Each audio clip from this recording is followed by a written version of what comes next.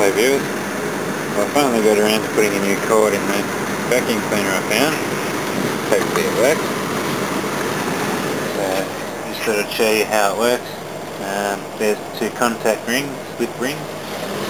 There's the two contacts. And they just spin around on the slip ring so you get power to the unit. Easy as that. Now I'll put it back together now. Hello viewers, well, I got all this back together and plugged in.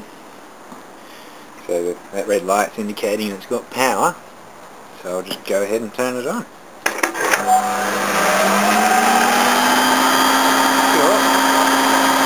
That's on automatic speed at the moment. That's on low.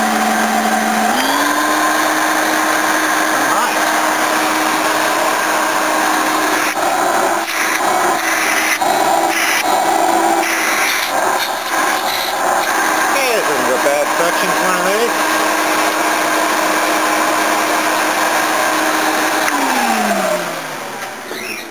I'm happy with that. That'll vacuum cars out nicely. Thank you for watching.